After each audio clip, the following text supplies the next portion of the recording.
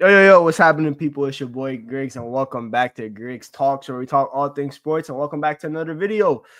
Welcome back to sort of a little catch-up, a little reaction to interview from Ruben Amorim with Gary Neville today. As you can tell, a little bit different look. Got the glasses today, got our inner tactical because we have a new coach. So, we have to get used to new tactics, new ideas. We actually get to enjoy football again. So, we're going to analyze football. So from now, we're going to have a new look. We got to fit the brand. But yeah, now make sure y'all like, share, subscribe. Y'all know the drill, all that kind of stuff. We don't have to say that too much. But yeah, we're going to talk about the Amorim interview, what he said, some of the things I liked. Nothing really I didn't like, to be honest. And then look ahead to obviously Sunday, the first game against Ipswich Town. Some might say the Griggs Classical. Apparently, Staffy said it's the custody of Griggs because obviously y'all know me. Ipswich is, what's it called? Biggest fan that's not from Ipswich, apparently. So yeah, we're gonna talk about that, who should play, all that kind of stuff. And yeah, also big up Side for the raid. If you're new here from Side TV and you haven't subscribed, make sure to subscribe, make sure to like, pop up in the comments, share your thoughts. This is an open channel, all that kind of stuff. And yeah, let me know. Lieutenant General JJ's here as well. What's good? And I'm guessing this is Andy, who used to be mod, got a new email, so I'm unmodded. Let me go change that for you real quick, my bro. One sec.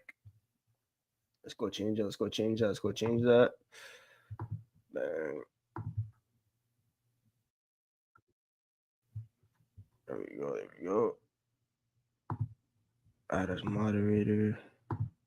There you go. Should be good now. And big up Modern Samurai for the $10 donation. Let's subscribe and comment. Side TV, bro. I appreciate you, man. All I need is FTV now to start sending me $5 to beef with Staffy again. Big up the boy Sheik as well. Big up Griggs. Shout out my boy Sheik holding it down on Hassam on what's called A-listers. Big up Simon as well. Big up Don F as well. Appreciate y'all guys. But yeah, let's get into it, right? The Ruben Amorim interview with Gary Neville outside like his first press conference. And right away, the initial thoughts of Ruben Amorim is the guy can talk the talk. He is a fantastic conversationalist. He knows how to speak. The charisma is there. The aura is there, even though we don't really like that word, right? The aura, it's a Twitter word. But for certain people, you got to use that word aura. And maybe it's just the Portuguese people, right, that have this kind of aura. Maybe Dutch people don't have aura. I don't want to disrespect TKA here, right? He's not here yet, but I don't want to disrespect TKA. Dutch people kind of lack aura. But the Portuguese, you have Cristiano Ronaldo. You even had the Luis Figos. You had the Jose Mourinhos. Now you have the Ruben Amorims. It's a little bit different with them, right? And yeah, the presence is there. And the way Ruben Amorim handled an interview with Gary Neville, and shout out Gary Neville, obviously, United legend and all that kind of stuff. But when you do an interview with him, sometimes he'll drag a topic into maybe a little bit out of left field and try to catch you in a little trap. Yeah, Ruben Amorim handled that very well, in my opinion. Obviously, we're going to talk about that trap. That was kind of said by Gary Neville. And he answered every question efficiently. He also stayed true. Didn't really say anything like clickbaity. Didn't say have that quote like Ten Hag had, which is like the end of an era. He really just focused on himself. Didn't really focus on rivals. Focused on what he needs to do at United, right?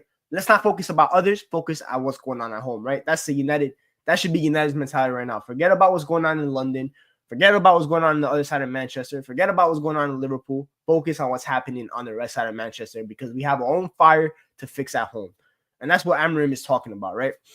To be fair, Dutchman was where this whole, I guess VVD, right? But yeah, whatever. Shout out Double A, man. Griggs hype. That Double A all out, man. All out. But yeah. Right away, my favorite quote right away from the Amorim interview was he talked about I'm never gonna ask for time. Winning is what gives you time, right? He said that I think a couple weeks ago too, right? In another interview. And I like that. I think accountability, speaking of Double A, he talked about the accountability, how much United have lacked accountability in previous managers. I think Ten Hag, one of my biggest criticisms, was lack of accountability, right? The guy would always bring up his trophies that he won. Never really focus on himself. Always blame players, right? Sounding from Amorim so far, obviously it might change, right? Every manager before they start sounds perfect, right? They all say the right things. And then once you start losing, you see a real true, you see their true character, right? So obviously with Amorim is to be determined. But so far, he's saying the right things in accountability, all that kind of stuff. Yeah, Ten Hag, 3-0 home loss. So that's how unaccountable that guy was. But so far, Amorim is saying the right things. And I like that what he said about we need to win games in order to win time. And from what I hear about Amorim, from what I've heard in the past, from what I've heard him speak when he was at Sporting as well, I mentioned this on Saeed's. I said at Sporting, I think it was last year at some point, right? Sporting went like 2 years without a title. I think Porto and Benfica had won 3 in a row or something like that. They had split the last 3, right? He's like, not winning a league title at Sporting in that long of a period is not good. I might have to leave and stuff like that, right?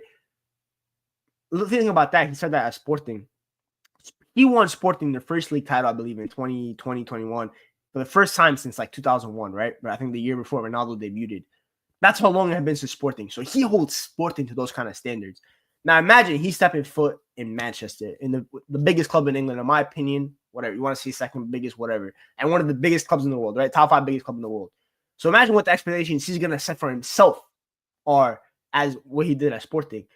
He's like, we talk about the time and stuff like that. 2 years, he didn't sign a long contract either. And he seems like the type of guy that wants to get things done quickly. I mean, this is a guy, by the way, that was managing Sporting without coaching badges in the beginning. Braga, he was basically the coach even when he was the assistant. This guy is not there to mess around. He's there to get stuff done right away. And obviously, he's going to need time at United, all that kind of stuff. We're not going to demand him to get shit done right away. It's a bigger level now, more competition, all that kind of stuff. But he still needs to get the job done, and he's going to put himself and he's going to dedicate himself to getting that job done, and he's going to hold players accountable. He's going to hold himself accountable. I also like the way he said that as long as my players show that they're playing for the team, that they will never get criticized in the media. They will always be defended by me. He said I'd rather quit than ever throw a player in front of the bus, which I love to hear about. I love to hear that from a coach as well. Accountability. And so far from Amorim, so what we've heard so far is accountability. And you need that as a coach. Big up MJ, big up Grace. Amorim is an elite communicator, very comfortable with his perspective. That's better than any tactics Eric Ten Hag supposedly had. To be fair, though, he's walking into different types of pressure now. They had no expectation. Yeah, of course. He kind of set his own expectations at Sporting, right? He made Sporting once again. I mean, they're already a big club in Portugal, but he put them on the same pedestal as Benfica and Porto, which has not been done at Sporting for over 20 years. That's how good of a coach he is. And now the task at United is to put United back on that same pedestal that they used to be, right? And it's going to be a longer task. They're going to have the longer wait time. But if United win games, are competitive, play good football, the fans are going to give you grace. It's as simple as that. That's all you have to do, right? We're not asking for you to do freaking physics, right? Just simple. Just play good football. Communicate with us as a coach. Don't lie, as certain people did. And as simple as that. And so far what he said, he's not lying. He's like, I'm gonna play my way. Not one, it's not gonna be one or the other. It's gonna be my way. That's the only way we're gonna play. And a big criticism I always had of Ten Hag, which even when we were doing good in the first season, I'm like, this guy right now is stuck between two philosophies. He has to pick one. We cannot keep going back and forth between philosophies. Amorim is going to have one philosophy. Whether that philosophy works or not, we'll find out. But I'd rather back a man that trusts on his own principles and he's going to die on his own sword. That's what I like to see. And Amorim seems like that kind of guy. Ten Hag was clearly not that kind of guy. So he did really well with that. I've heard him talk about the academy. I guess he wasn't really impressed with the under-21s. To be fair, it's United's key core academy group is the under-18s, and most of them are away on international duty representing the under-18s of their respective nations. So I'm not surprised by that. Obviously, it looked like with Ahmad and Mainu, two of his favorite players. I heard Mason Mount was amazing in training, even though Mason Mount seems like that kind of player that is fantastic in training, works hard, listens to everything the coach says, that kind of stuff. Still gifted as well, so that makes sense. One thing is this fan base has become more patient over the years since Jose. Every manager has got 3 seasons. Yeah, obviously, fans were still Ten Hag in when we were 14th, right? So imagine the patience that he had. Imagine with Amorim, who hopefully is a better manager. And I think United fans were somewhat patient, but as the longer that title drought goes, it also becomes a level of impatience as well. It has been a very long time. So I understand why United fans are impatient, but at the same time, we do have to give him some kind of patience. It is a tough task. He's not only that, he's also walking into not mid-season, but he's walking into when the season already started. He hasn't had a full preseason to train with it. He hasn't had a summer window, right? So when a manager walks in like that, I kind of tend to give them a little bit more grace than I would if they walked in the summer, right? Similar to like a Graham Potter at Chelsea, right? I was maybe a little bit more lenient on Graham Potter because he walked into a shit show, a complete shit show. And Amorim is not walking into a complete shit show, but it's still a shit show in some sense. It's still not as good as it could be. So he's going to get a little bit more grace from that perspective. But let's just see how the football looks. I said it from the beginning. I said with Amorim, I'm not gonna gas him up too much. I'm just gonna let the football do the talking. Right now, all we're able to let do the talking is actual talking. That's all we've been able to let so far, and it sounds perfect. But come Sunday, in less than 48 hours, the football starts, and from this point forward, it's gonna do the talking. And I'm not saying what we see on Sunday is going to be a definitive what we expect from Amorim, right? It's his first game. It's been an international break, so he hasn't really had time to train with all the players and all that kind of stuff. But some certain of ideology should be there. Some level of philosophy should be there. The inklings of a philosophy, the baby roots, like a baby seed or something like that, right? Start planting something. That's all I want to see on Sunday because we're not playing any. Obviously, we're playing an easy opposition in terms of Ipswich, but Ipswich are a tough team to play because I mentioned on Saeed as well. They play very similar to an Amorim. Both McKenna and Amorim are Jose disciples. They both had levels of coaching under Jose. And even though McKenna plays a 4-2-3-1 and Amorim plays a 3-4-3,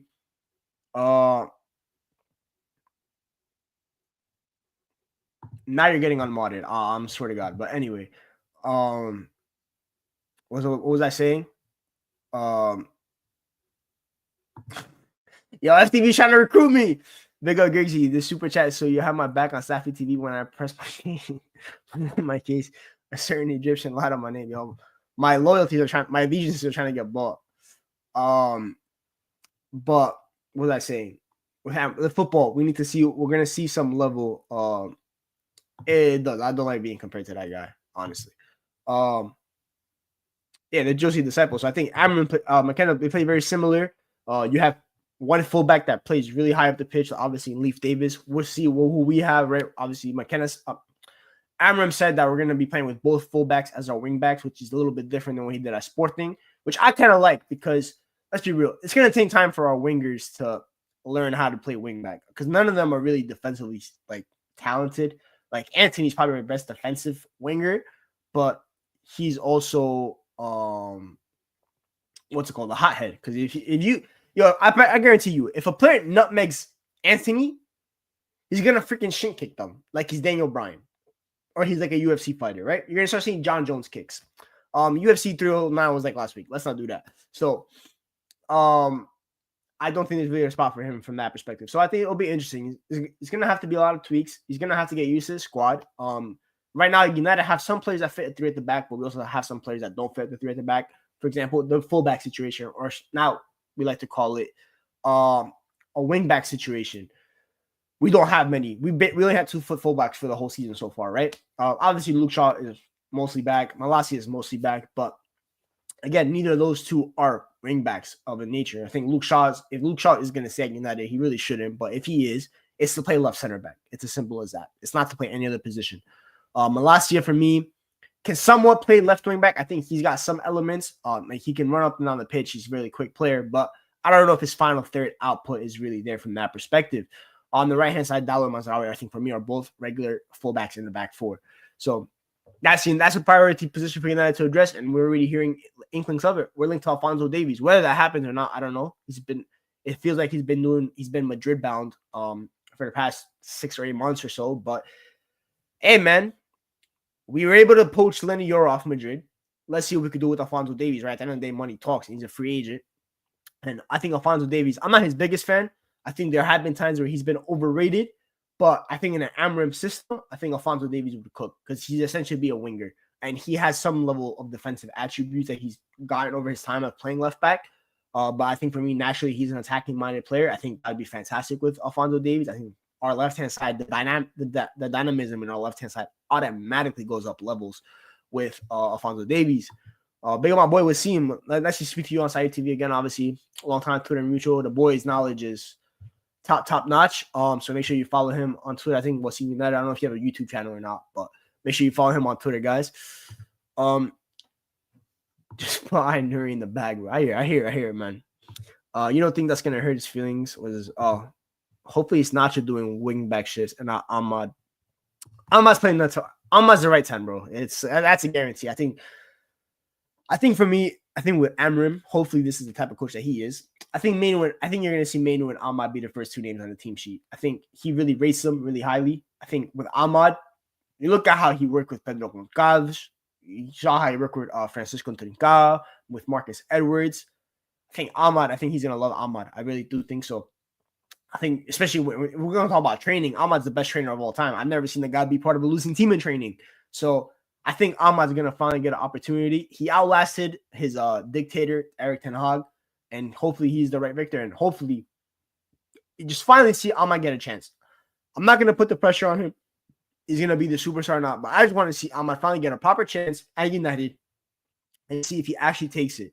Because if he does take it, I think he could end up being one of the best players. If not, we tried. It is what it is. I just want to see us try because the amount of appearances he has for United, considering how long ago we signed him, is absolutely criminal.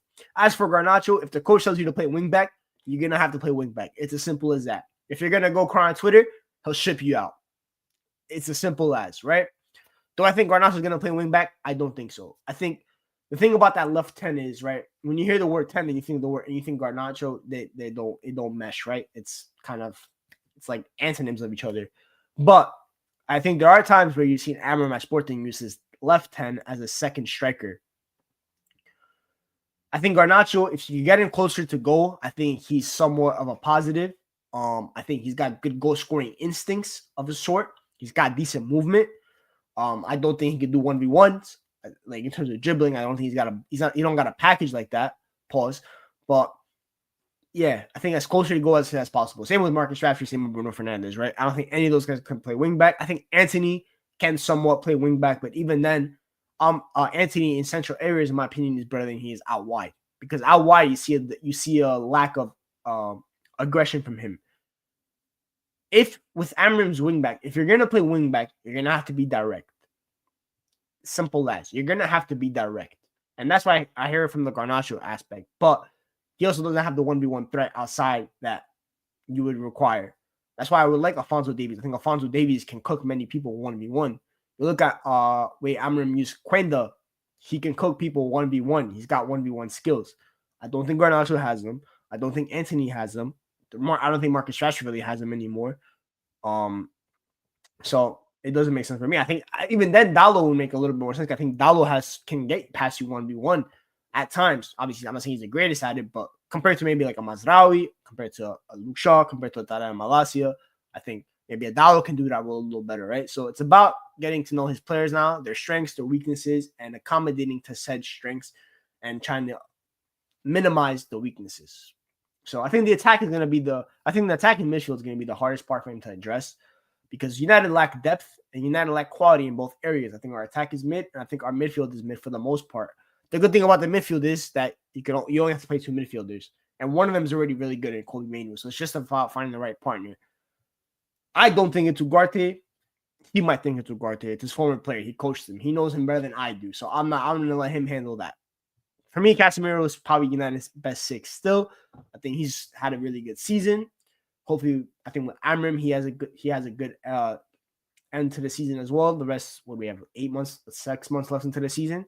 He continues the form that he's had for the most part of this year. I think Casemiro looked really good under Ruben Amorim, for example. But United, United have a midfield issue. I think that's one position. That's another position we have to address. I think wingback, I think midfield, particularly the 6. I think also getting depth in the 8th is very crucial as well because Christian Eriksen is leaving in the summer on free. Casemiro is expected to leave, so midfield additions, reinforcements have to come in. Would I love to depend on the academy? Absolutely. Would I love to see Jace Fischel get a chance? Absolutely. But I also can't always rely on that. United are also a big club, and they're going to go try to spend money. Regardless of James Ducker telling you that we don't have money to spend, every single summer people say that about United, and we end up spending the most money anyway.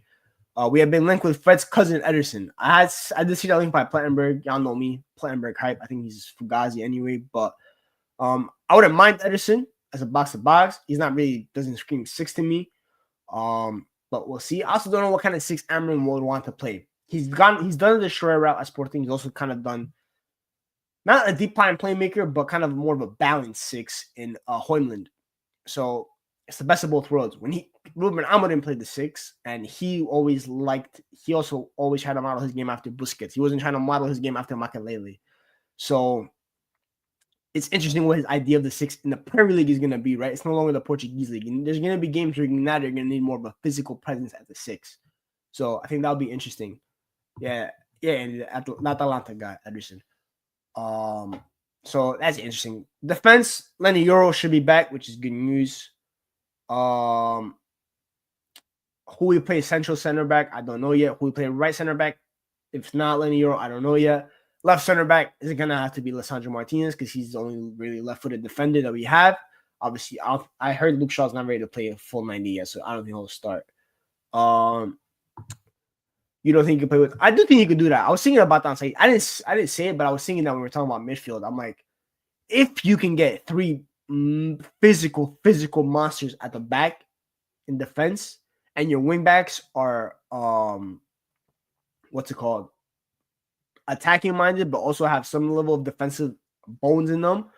I do think you can get away with 2 8s defensively minded. If one of them is defensively minded, I just don't know who that 8 would be next to. I mean, obviously, Amadou and Nana here would be perfect. I think even Ugarte, I don't classify Ugarte as a 6. I classify him as like an 8 destroyer. So it would have to be an upgrade on Ugarte's profile, pretty much. Big up RSV, big up from Detroit. By the way, we have the best Middle Eastern food here. Hopefully, Amorim shows balls to drops Rashford, who can even do the basics properly on the pitch. All right. I'm not going to turn this video into a Rashford talk again because I'm sure we're tired of hearing me talk about Marcus Rashford. We'll see what happens with him. I don't know where he's going to play. He might play the 9, he might play left 10. We'll see Sunday when the lineup drops, right?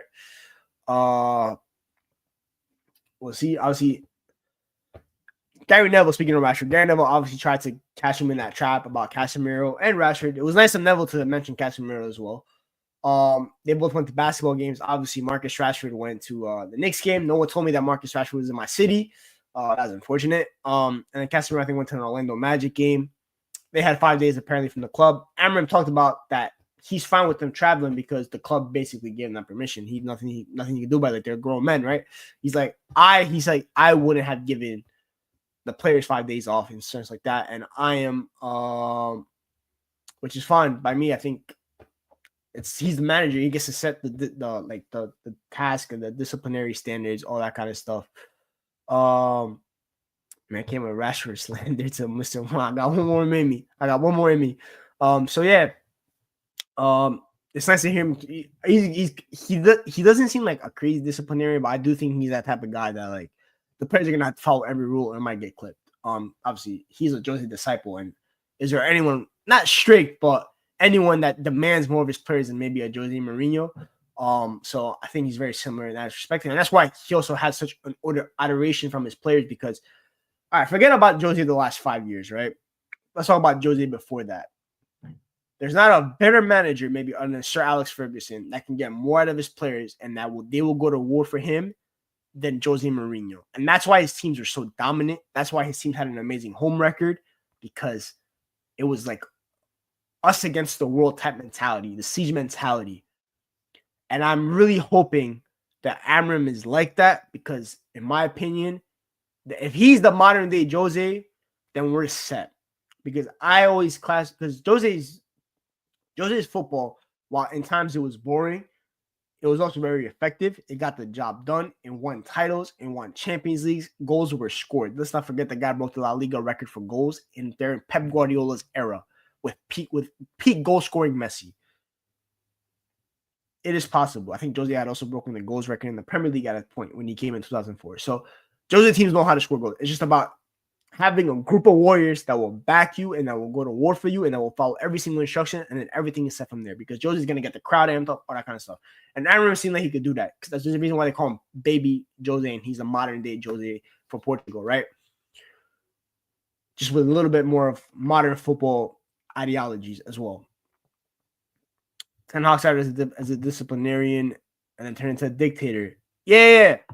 The thing about, okay, this is the thing, right? If you're going to be strict, the thing is, if you start losing, players aren't going to respect you, right? So winning breeds that respect, all that kind of stuff. And winning, if they're United are winning, the players are going to fall in line real quick. It's as simple as that. So once you start losing and then you start making controversial decisions and you're not winning to back it up, that players start looking at you like, yo, who is this guy, right? I think if you look at the Sancho situation last year, Ten Hag made the boss call. He made the tough call. That's fine. I remember Coach Cam said this. If you're going to make a tough decision like that, you better start winning, because I think at that point United were like 8th place or something like that. We stayed 8th place. And he rightfully got questioned. So I hear it. Like when Ronaldo got dropped and stuff like that, fans were backing it. Why? because United were on good form. We weren't losing. We won a cup 2 months later after he left. So it was all forgotten. But if you're not winning, you can't really do the disciplinarian because players won't fall in line. They're gonna look at you like you're some random Joe. Simple as that. So we'll see what happens. But that's a long time away from now. We don't know. But yeah, man, early signs so far from Amorim have been excellent. I like what I'm hearing. Now all the talking is done. The time for talking is done. Now it's time to start playing the football and start laying the foundations for something that hopefully is special. And that hopefully it is special. I think I'm not saying United have to make this one work because at the end of the day, there's always other managers out there, but it's about the person that he is, that you want to see him succeed, and the way that he speaks all that kind of stuff. He's so well articulated. You want to see him do that. Also, MJ and RSV, stop fighting in my chat, man. We don't have to mention his like city and stuff like that. Is what it is. I think I remember got a modern way of being a nonsense coach. Yeah, I like that idea. I like that theory. Like Arteta slot as well. That kind of stuff. Mikel Arteta. Soon we will be talking about Mikel Jong-un. He's losing his marbles a little bit. If Arsenal keep losing, then you're gonna see players looking like yeah.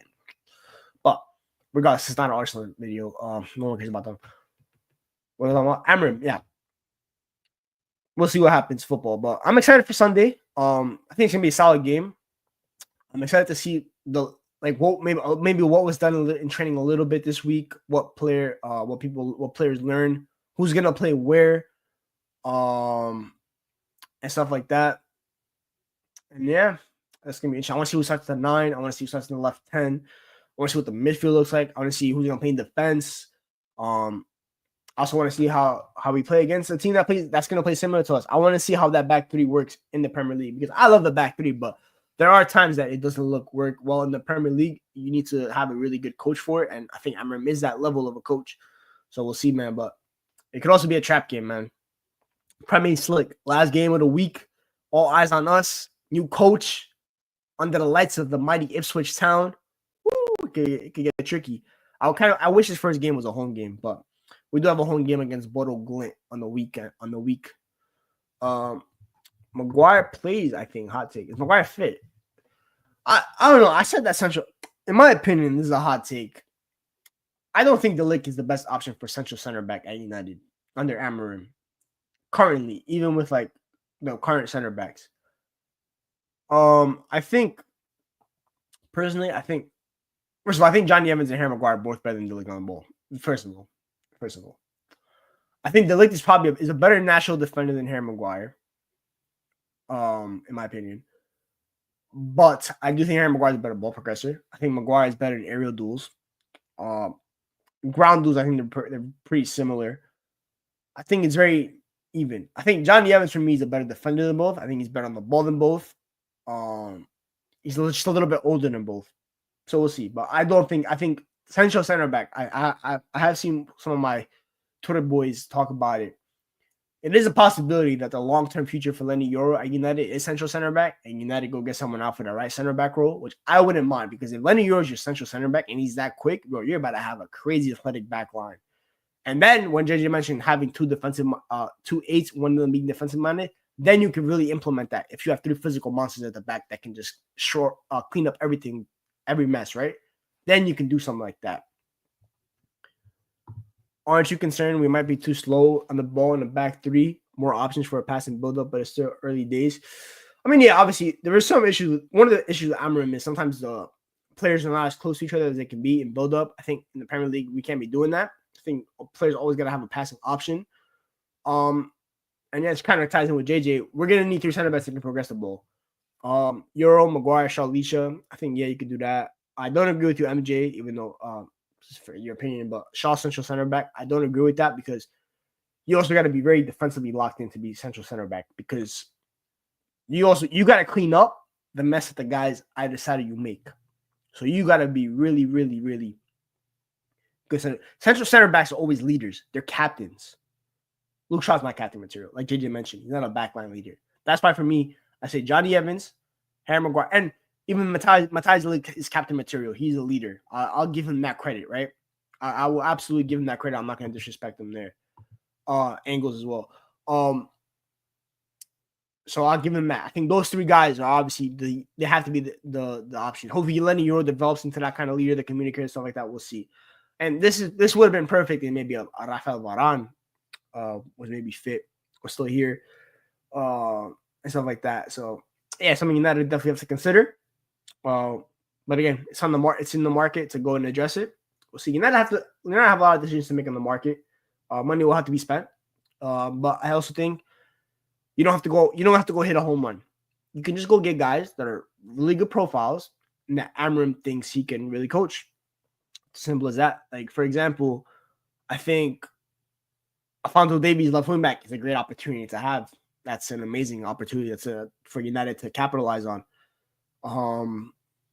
Striker, we'll see. Midfield, there's plenty of options you're not going to figure out. I wouldn't recommend going to spend 90 million on Baleba, who's everyone's favorite cup of tea at the moment. He's the flavor of the month. I think he's a good player, but 90 million is crazy. Maybe Angel Gomez on a free. Obviously, now I'm doing Glitchonomics here, but I also do have to realize United don't have the most money. We still spend bread, but it also might not be wise to spend a lot of bread. So it's interesting. But again, that's up to the board. That's why we have all the football people. Let them figure it out, right? And then to answer your question, even if Slot wins the league, Amorim or Slot long term, I've seen more of Amorim. I like Amorim's CV better. I think what he did at Sporting is better than what Slot did for Feyenoord. I've seen Amorim have some level of success on the European stage. He's able to win knockout competitions. So yeah, I also have to factor. I'm not trying to disrespect Slot here, but I do think he's a good manager. But I do also think, and this is also be as a positive for him and also help boost his case. But we also have to remember, he walked into a title contending team. He walked into a team that was first place in the Premier League in March. He walked into a team with potentially 4 players that get into the Premier League's all-time 11, with 2 of them being in their peak and 2 of them not far removed from their peak. So I understand, and obviously Slot, you're gonna say Slot's the right answer if he wins the league, right? Because he won a league title in the Premier League. No matter what kind of squad he walked into, it's very impressive, especially winning it in the league where Pep Guardiola, who is the greatest league manager ever seen. But you also have to realize he does have a great situation. And that's credit to Liverpool for building a situation like that for a manager to walk into. United did not do that. When they replaced Sir Alex, Liverpool were able to do that with Klopp. So, yeah, it is what it is, right? But I do think I'd say Amorim's CV. If I'm comparing their Feyenoord CV Slots to Amorim's Sporting CV, I rate Sporting CV better because I also saw Amorim win a league title in a league that Porto and Benfica were in, and I think Porto and Benfica are higher level of competition than PSV and Ajax were at the time that Slot won the league. Yeah, Slot only got one signing, but the thing about Liverpool's squad was, do they need a DM? Yeah, but they're also a stacked team. Like, let's not act like they're not a stacked team. They got Kelleher if Alisson gets injured. They have Connor Bradley if Trent gets injured. You have your tens are Harry Elliott and Szoboszlai. You have McAllister. You have Curtis Jones. You have Ryan Gravenberch. You have Jota, Nunez, Salah, Diaz up front. You have Joe Gomez as your backup center back. It is still a solid team. It's a solid squad. There's no lack a little bit of depth, yeah, but what team doesn't like depth in today's football, right? Even Manchester City, we always commended them on their depth, are what's it called? Lacking in depth, right? If they're lacking in depth, and just imagine what everyone else has. And at the end of the day, like I mentioned, they have a spine. They had a core group of 4 that Slot walked into. Like I mentioned, 4 players that have real shots of getting into the Premier League all-time 11. It's as simple as that. Also, Griggs, how are you feeling about tactical Rooney slander? International break football is so mind-numbing. We didn't win. Bro, I don't care about what some guy with a black and white Ange Abbey says about Wayne Rooney.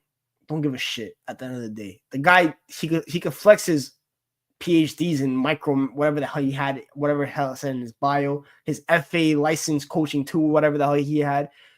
At the end of the day, if you walk into a room of a bunch of football intellectuals and a bunch of football people, and then you tell them that Wayne Rooney is overrated, they're gonna laugh at you and they're gonna boot you out the room. It's as simple as that. Every single person that watches football, that's involved with football, rates Wayne Rooney.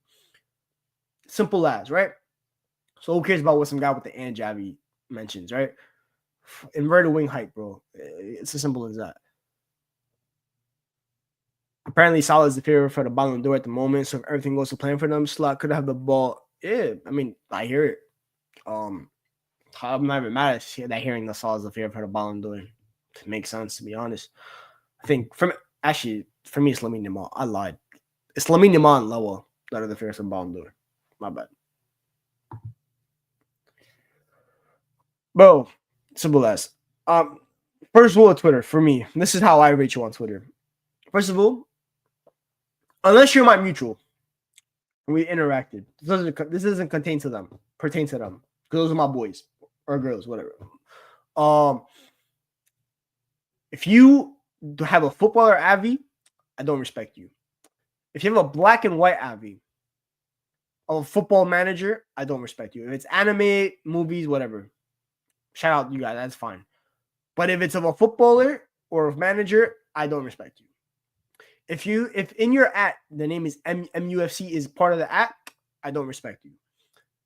And there you go. Those are my 3 rules. There's a reason why I go on blocking sprees, which I can't even do anymore because Elon Musk blocked. Donna couldn't give it up. So yeah, back to Amorim though, and we're talking about Amorim slots stuff like that. I think, I'm not gonna lie, I have Twitter. I love Twitter, to be honest. It's just you always have to find yourself on the right side of it. Obviously, last week has been kind of chaotic on that app. If you follow me, but obviously we had a little. I'm not going to mention the situation. None the wing is the reason I hate Arsenal. Condescending when that guy's a loser. That's simple as. If you take that guy as a serious account, then that's up to you. But yeah, man, I think with Amorim, it's all hypotheticals right now, which I hate talking about hypotheticals. I do love talking about like evidence and stuff like that, right? I love having details and evidence to use to support my point, which I currently don't. We have to wait till after Sunday, and then more and more games pass. But I'm excited, man. I'm excited. It's a fresh start for United, and I've been asking that for a very long time. I am gonna curb my excitement just a little bit and just let him do the talking for him. But I'm excited, man. It's gonna be hopefully a good rest of the season. Hopefully, I see United succeed in something, win a trophy. And I just see good football. And come next summer, I'm excited, not just for transfers, but I'm excited for the coach to continue his plan. What's a successful season, JJ asked? I think United should be trying to win the Europa League. I think we have the coach to win the Europa League. I think we have the squad to win the Europa League. I don't really see any other team in that competition that I'm really, really fearful of, other than maybe the likes of maybe an Athletic Bilbao, because the Spanish curse against Man United. But other than that, I don't really see really any team I fear. I definitely don't fear Spurs ever in my life, especially in a European competition. So yeah, I don't really fear many teams over there. I do fear Frankfurt a little bit because Marmoush at Ekitike 2-man step is crazy. But if Marmoush leaves in January, then obviously nothing to worry about. In the league, I find out what they're saying too. Fucking GG, bro.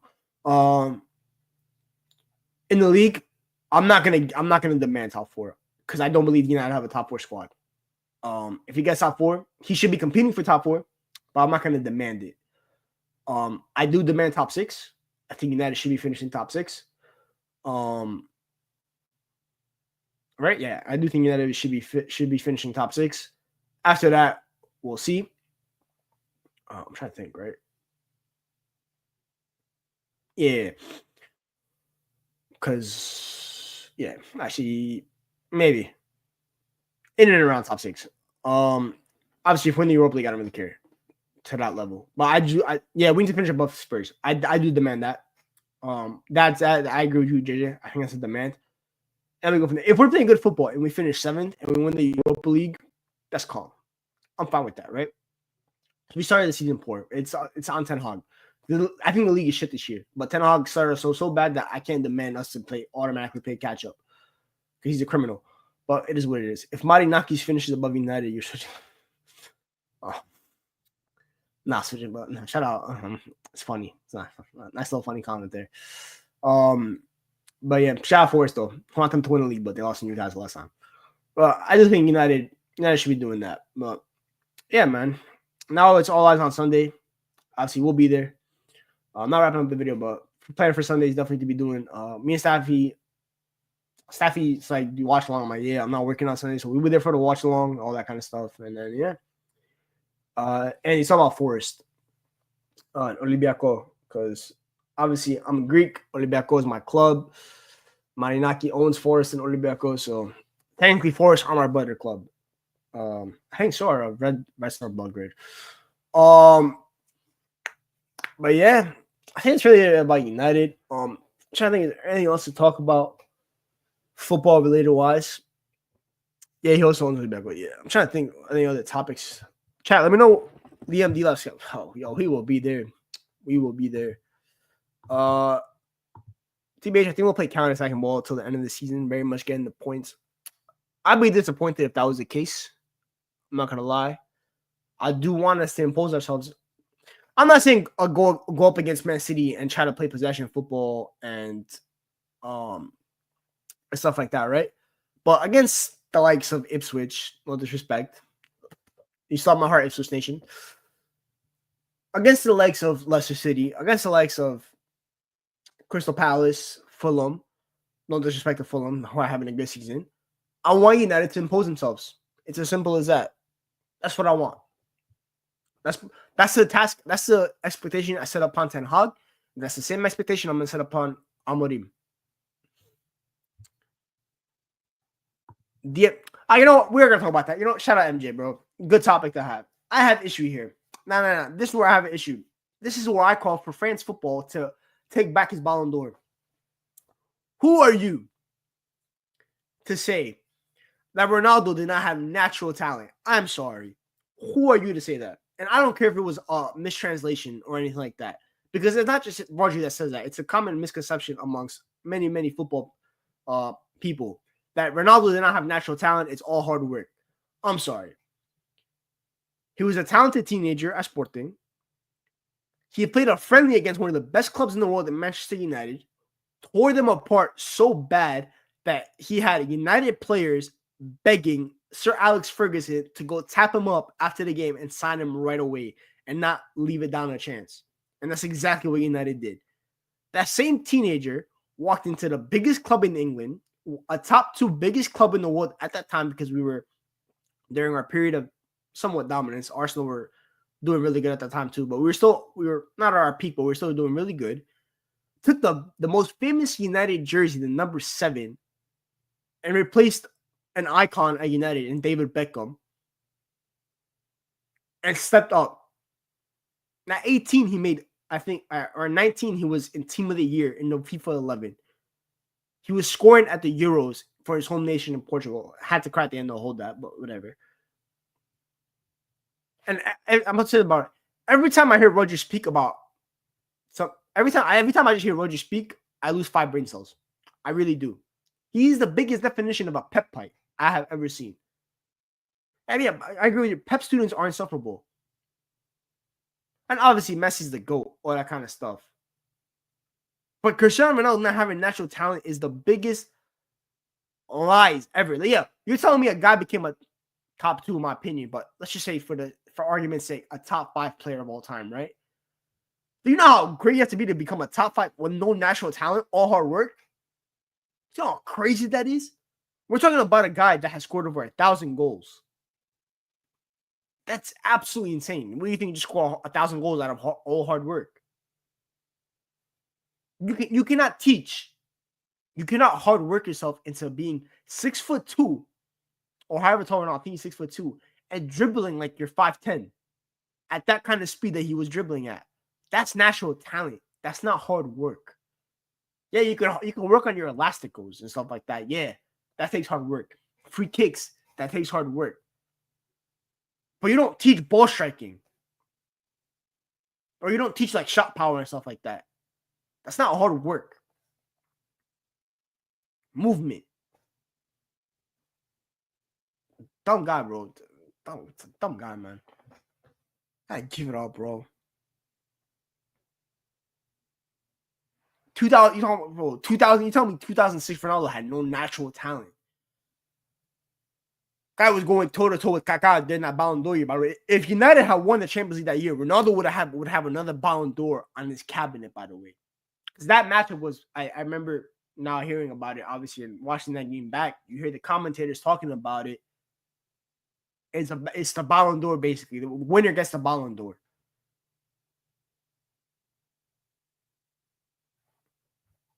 Even saying Ronaldo had no magic is crazy. And it's the same reason I cooked Eden Hazard for saying that he generates more pure football than Cristiano Ronaldo. Yes, Cristiano Ronaldo is not the same ilk of maybe the Messis, the Neymars, the Maradonas, the Ronaldinhos. That's fine. That's fine, right? Those are different level of magicians. But Cristiano Ronaldo, for a good 5-year stretch, let's say from 2006 to 2012, let's say 6-year stretch, was pure magic. Goals from all over the pitch, dribbling at all levels.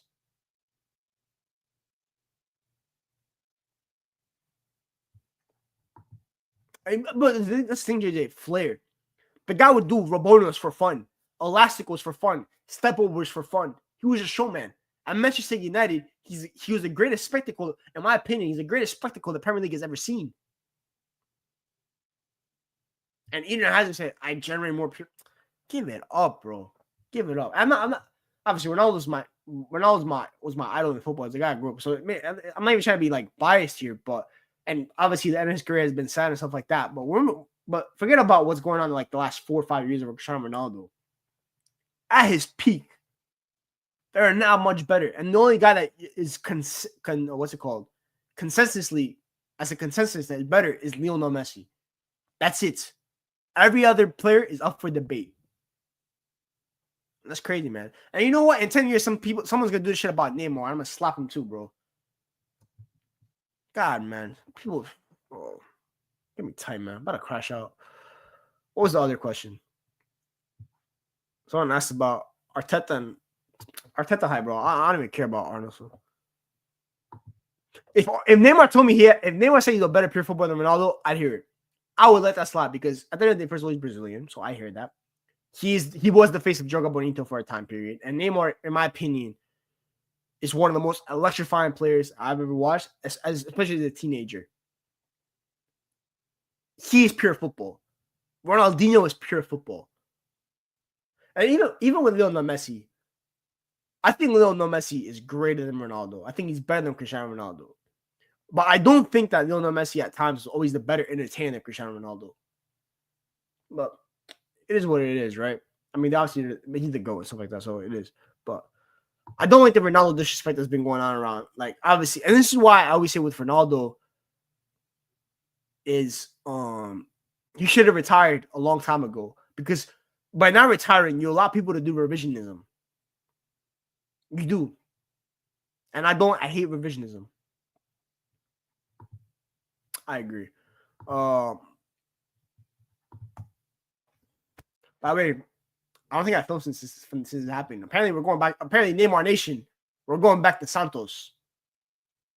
We're going back to where it all started. That's what it's all about, man. That's the beauty of football. This is what football is all about. The beautiful moments like that. When you saw Di Maria go back to Benfica. You saw Cristiano Ronaldo return to Manchester United after a decade. Or was it 12 years at the time? Now you're seeing Neymar go back to, after such a sad career and all that kind of stuff, just go back to where it all started. And hopefully, find the love of football that he had found when he was 16 at Santos that had made him become the player that he was. Oh, that's what football is all about. That's why it's a beautiful game. That's what's the best sport in the world. It's stuff like that. You ruined it for me, man. What is there to do at Al Hilal, man? I'm tight, bro.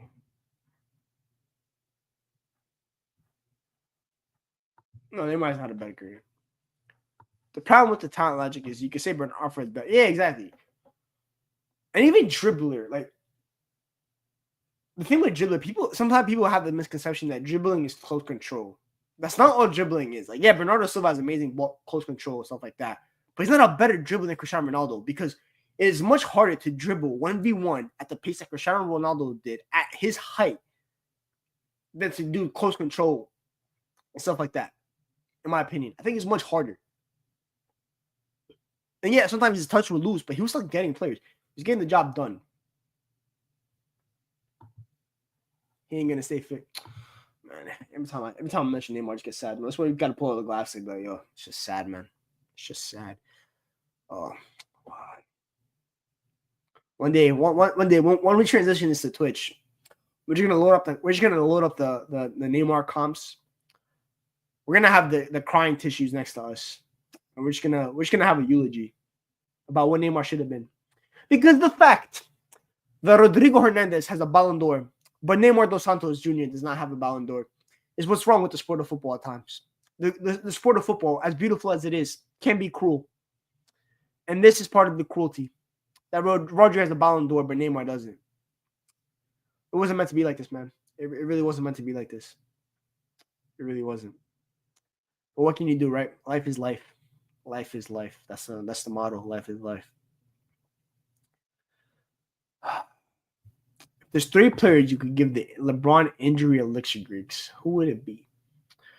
Neymar would definitely be number 1 if Christopher Zuniga never broke his back. I think Wayne Rooney is another. I think I like the third shout. Pogba is another nice shout. I'm not mad at those 3. Neymar, Rooney, Pogba. Hazard's another one. I really wanted to see what Hazard at Madrid would have been like without the injuries. Because Hazard with Benzema could have been a movie. And yeah, we would probably never see Vinicius Jr. and what he's become. But that would have been, I wonder what Hazard and Hazard and Benzema together would have been like. That duel on paper sounds devastating. Just the link play, the connection, the link play between the two. If Benzema can link the way he link play with what's it called? With Vinny. Imagine with R9's another one, right? Yeah. But I didn't really watch R9 like that because I was young. And so I can't say him. I was talking about players I've watched. I hear it. I understand where Hazard comes from the point though. Like I love Hazard's like view of football and the pure entertainment and stuff like that. But I do think he went too crazy overboard with the Ronaldo slander part of it. That's the only issue I have. All right. Let's check on the basketball scores. What's going on in basketball today? All right, Celtics are losing by 2 to the Wizards. Cool. All right. Sick. Kyle Kuzma has 1 rebound. Sick. It's not good for the bets.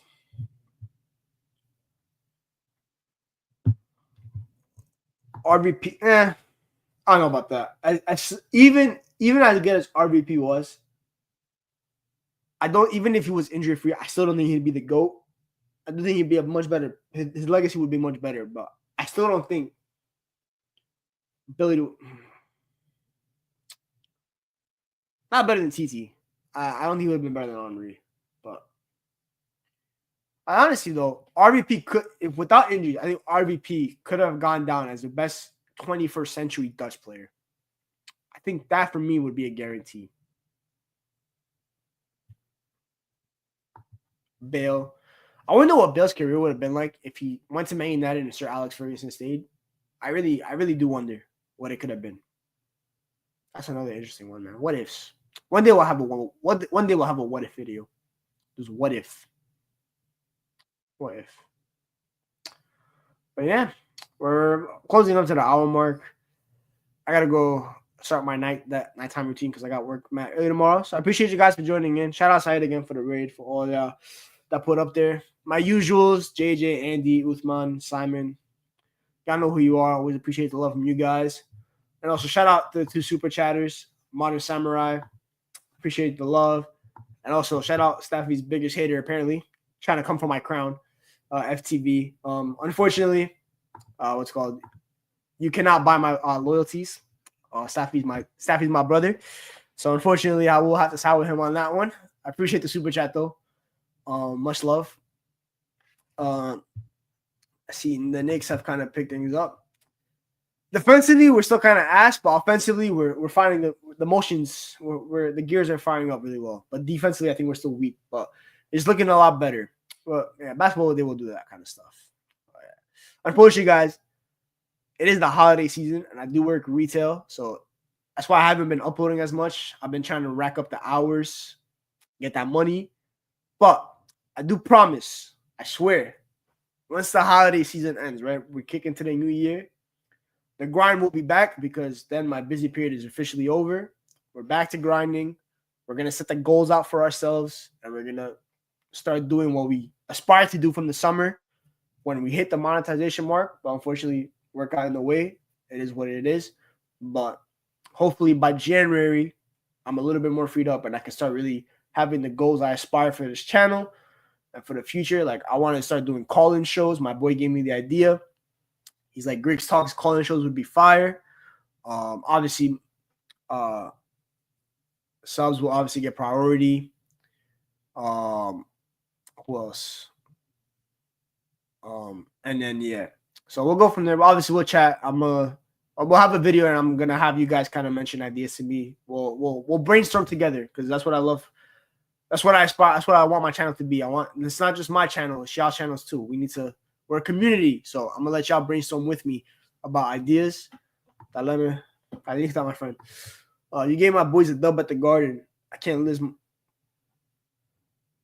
did I give a dub to at the Garden? Oh, I lost to the Bull. I was drunk that night. I'm not gonna lie. But yeah.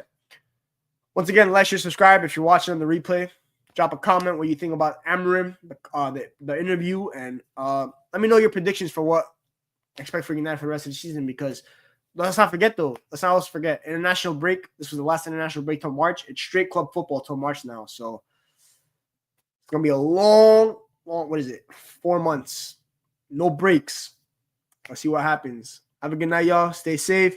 I'll catch y'all Sunday, and peace.